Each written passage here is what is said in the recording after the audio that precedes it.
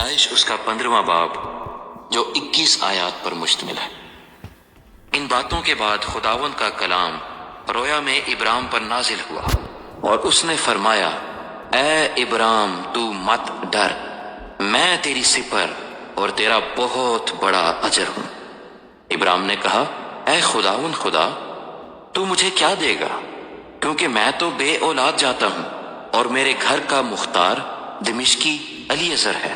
پھر ابرام نے کہا، دیکھ تو نے مجھے کوئی اولاد نہیں دی، اور دیکھ میرا خانہ زاد میرا وارث ہوگا۔ تب خداوند کا کلام اس پر نازل ہوا اور اس نے فرمایا، یہ تیرا وارث نہ ہوگا، بلکہ وہ جو تیرے صلب سے پیدا ہوگا وہی تیرا وارث ہوگا۔ اور وہ اس کو باہر لے گیا اور کہا کہ اب آسمان کی طرف نگاہ کر، اور اگر تو ستاروں کو گن سکتا ہے تو گن، اور اس سے کہا کہ تیری اولاد ایسی ہی ہوگی۔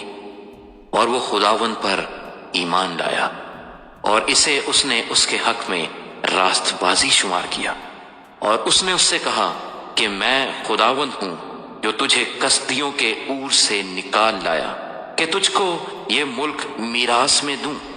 اور اس نے کہا، اے خداوند خدا، میں کیوں کر جانوں کہ میں اس کا وارث ہوں گا؟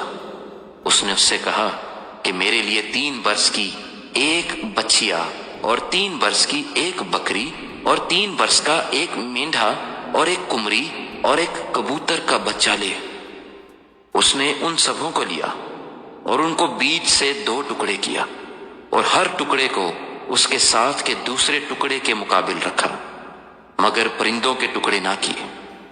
تب شکاری پرندے ان ٹکڑوں پر جھپٹنے لگے، پر ابرام ان کو ہنکاتا رہا۔ سورج ڈوبتے وقت ابرام پر گہری نیند غالب ہوئی، اور دیکھو ایک بڑی ہولناک تاریکی اس پر چھا گئی۔ اور اس نے ابرام سے کہا، یقین جان کہ تیری نسل کے لوگ ایسے ملک میں جو ان کا نہیں پردیسی ہوں گے، اور وہاں کے لوگوں کی غلامی کریں گے، اور وہ 400 برس تک ان کو دکھ دیں گے، لیکن میں اس قوم کی عدالت کروں گا جس کی وہ غلامی کریں گے، اور بعد میں وہ بڑی دولت لے کر وہاں سے نکل آئیں گے، اور تو صحیح سلامت اپنے باپ دادا سے جا ملے گا اور نہایت پیری میں دفن ہوگا۔ اور وہ 4تھی پشت میں یہاں لوٹ آئیں گے، کیونکہ اموریوں کے گناہ اب تک پورے نہیں ہوئے۔ اور جب سورج ڈوبا اور اندھیرا چھا گیا تو ایک تنور جس میں سے دھواں اٹھتا تھا دکھائی دیا، اور ایک جلتی مشعل ان ٹکڑوں کے بیچ میں سے ہو کر گزری۔